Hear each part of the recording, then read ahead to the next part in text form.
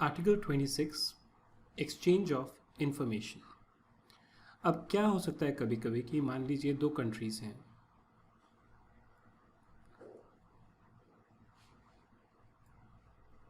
Country ए का एक कोई रेजिडेंट है जो कंट्री 2 में बिजनेस कर रहा था। उसने बिजनेस ख़त्म कर दिया, सब कुछ ख़त्म हो गया। बाद में जब असेसमेंट की बारी आई तब तक पता चला बिजनेस तो ख़त्म हो गया लेकिन इस पर्सन ने टैक्स नहीं दिया।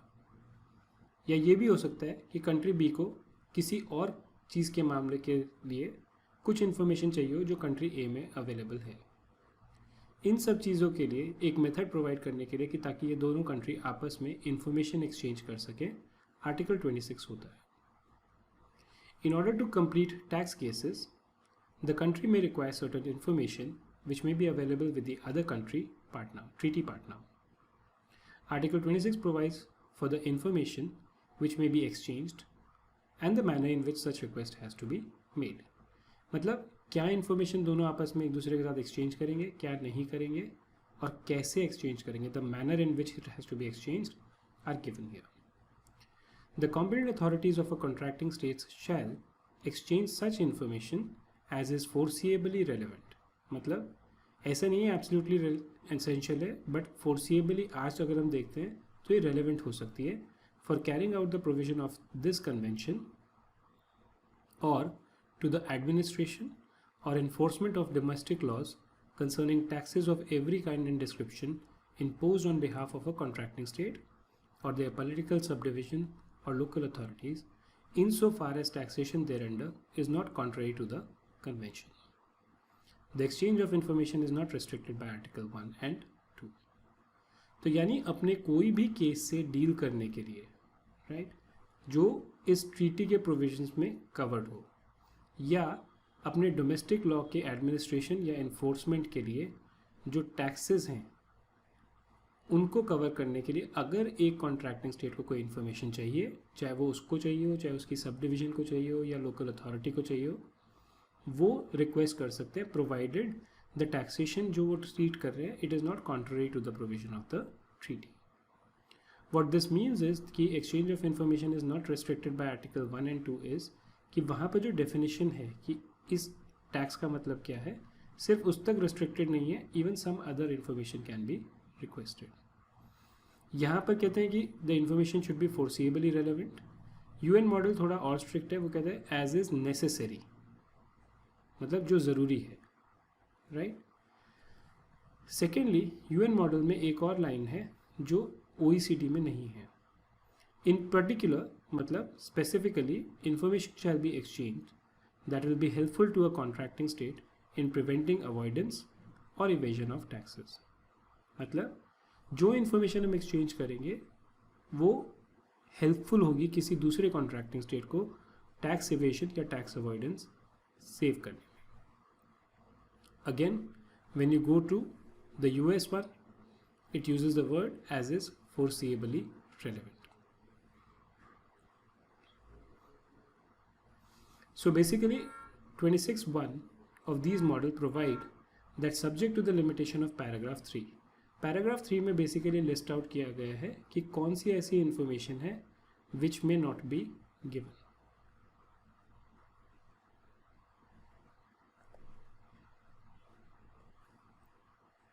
Competent authorities shall exchange such information as is foreseeably relevant for the proper application of the convention or administration or enforcement of their domestic laws as long as taxation under those laws is not inconsistent with the convention. UN model also emphasizes on exchange of information which will be helpful in preventing avoidance or evasion of taxes. Now when we talk about the US model, para 1 clarifies that information may be exchanged that relates to cases under examination or criminal investigation, in collection, on appeal or under prosecution.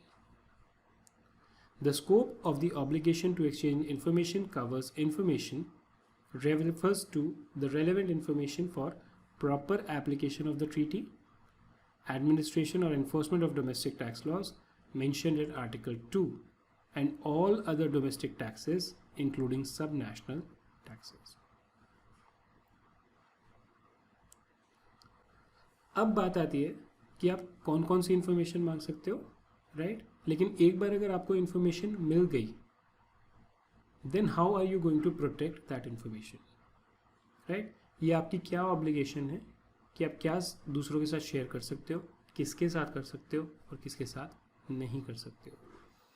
Any information received under para 1 shall be treated as secret in the same manner as information obtained under the domestic laws of the state, and shall be disclosed only to person or authorities concerned with the assessment or collection of or the enforcement or prosecution in respect or determination of appeal in relation to tax referred to in paragraph 1 or the oversight of above. इसका मतलब ये है कि अगर India में suppose assessment होती है, assessment में जो आप डिटेल फाइल करते हैं वो पब्लिक डॉक्यूमेंट नहीं है, उसको डिपार्टमेंट सीक्रेट रखता है. हाँ, अगर कोर्ट में मैटर पहुंच जाता है, वहाँ कोर्ट में वो इन्फॉर्मेशन सबमिट की जा सकती है. सेम तरीके से अगर आप किसी और कंट्री से कोई इन्फॉर्मेशन लेते हैं, आपको उसको भी सेम तरीके से सीक्रेट रखना पड़ेगा. दे मे डिस्क्लोज सच पर्सन और authorities shall use the information only for such purposes. ये आप इन्हीं पर्पस के लिए यूज़ करेंगे जो यहाँ पे मेंशन्ड है.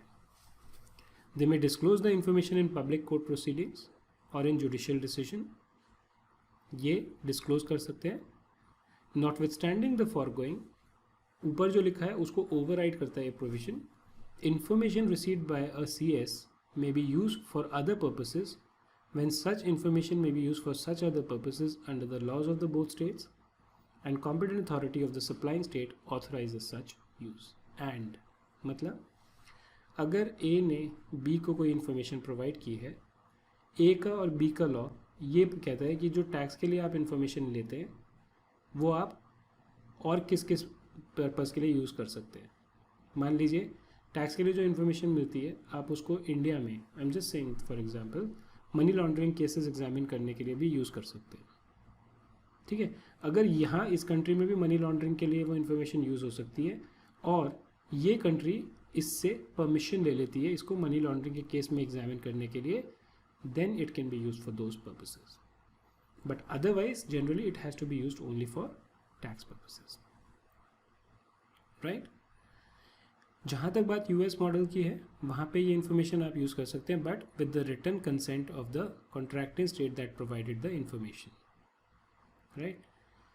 अगर एक रिटन कंसेंट आपको दूसरी कंट्री का मिल जाता है, you can also make available the information for other purposes allowed under the provision of a mutual legal assistance treaty in force between the contracting state that allows for exchange of tax information. अगर US के और किसी और country के बीच में एक mutual legal assistance treaty है जिसके अंडर में कोई टैक्स इन्फॉर्मेशन अगर आपके पास है तो आप वो शेयर कर सकते हैं दूसरे पर्पसेस के लिए विद रिटन कंसेंट, तो आप उस पर्पस के लिए इस इन्फॉर्मेशन का यूज़ कर सकते हैं. Now basically this is nothing but the details of what we had discussed, so you can go through this, right?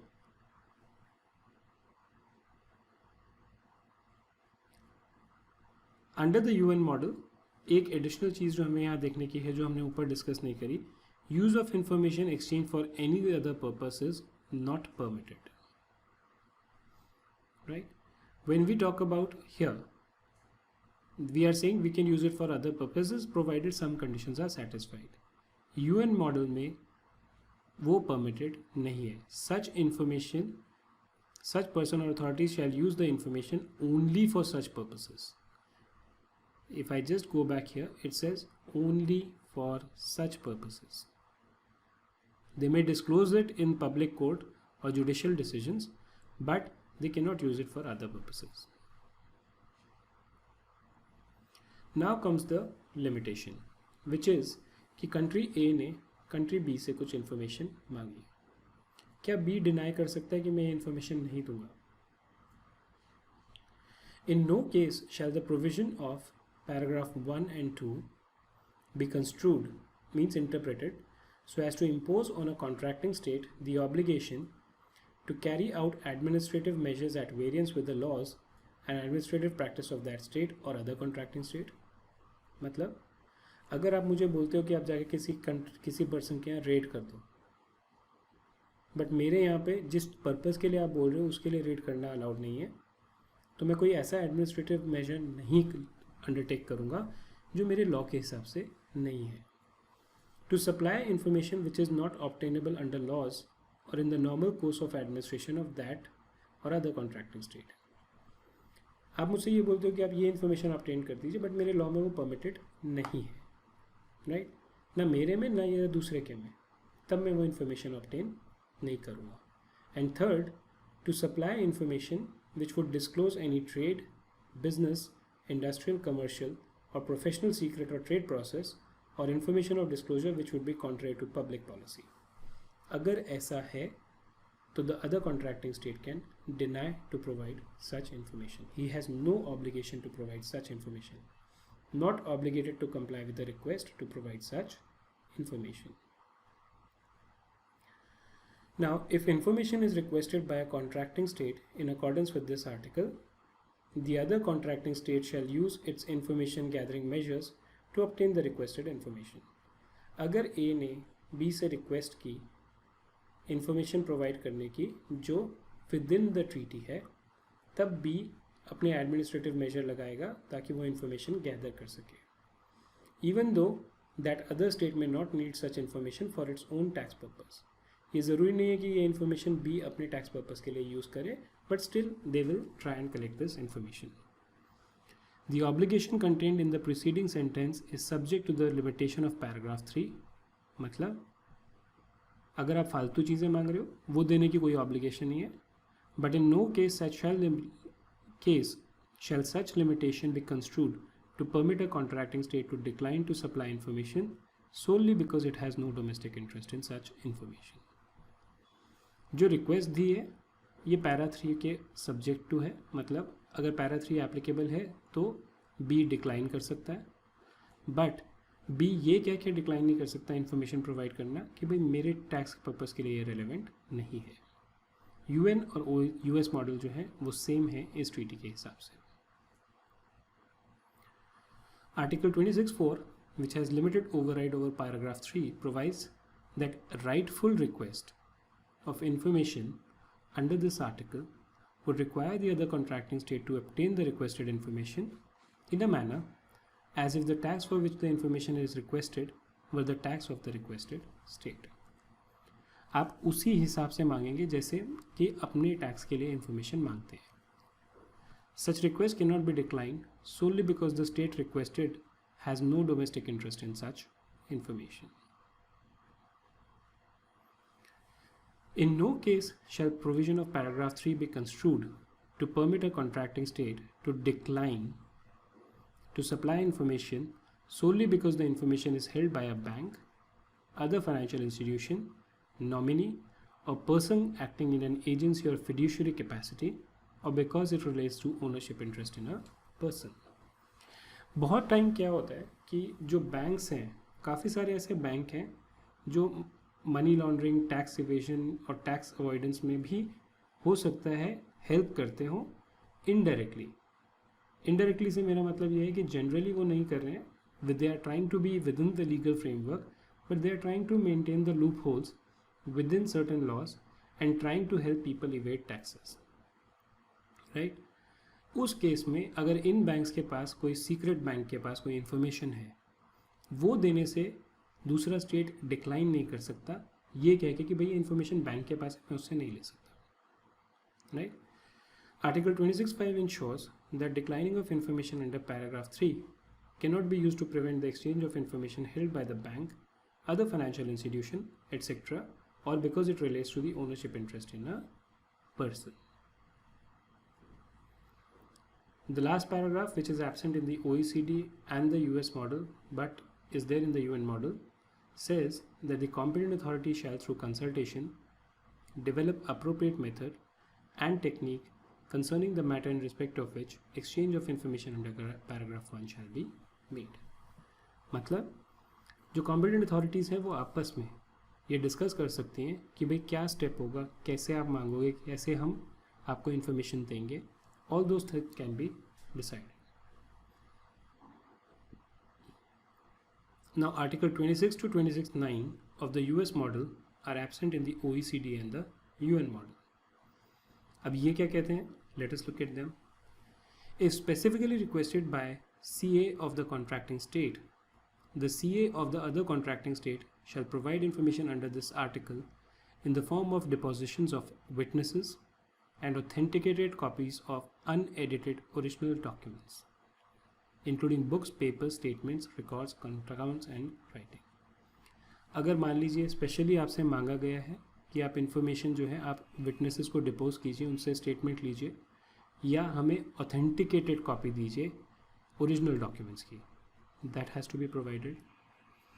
Each contracting state shall endeavour to collect on behalf of the other contracting state such amounts as may be necessary to ensure that the relief granted by the convention from taxation imposed by that other contracting state does not inure to the benefit of the person not entitled thereto. मतलब अगर A और B countries हैं, B country में X कोई person था, इसने ज़बरदस्ती treaty का बेनिफिट लिया और टैक्स नहीं दिया. अब A अगर इस टैक्स को राइटफुली कलेक्ट करता है तो B जो है वो इस कलेक्शन में इसको हेल्प करेगा, प्रोवाइडेड ये अमाउंट राइटफुली ए को मिलना चाहिए था. This provision shall not impose upon either of the contracting state the obligation to carry out administrative measures that would be contrary to its sovereignty, security और public policy. 8th, the requested state shall allow representative of the requesting state to interview individual and examine books and records in the requested contracting state with the consent of the person subject to examination. अगर X consent करता है तो A के representative country B में आके इन books of accounts को और documents को देख सकते हैं. The competent authority of contracting state may develop an agreement upon the mode of application of this article, including agreement to ensure comparable level of assistance to each of the contracting states, but in no case will the lack of such agreement relieve a contracting states of its obligation under this article. दोनों आपस में discuss कर सकते हैं कि भाई कैसे हम इसको सेटल करेंगे, लेकिन अगर एग्रीमेंट नहीं भी है तो भी इसका मतलब ये नहीं है कि आप अपनी जो ऑब्लिगेशन है एक्सचेंज करने की इंफॉर्मेशन की उसको डिनाई कर दें. Thank you for watching this video. If you like this video, you can subscribe to our channel to stay updated on more such videos. You can like this videos and also share it with your friends. And if you're looking for material on this particular subject, you can visit us on our website at www.arrangeacademy.com.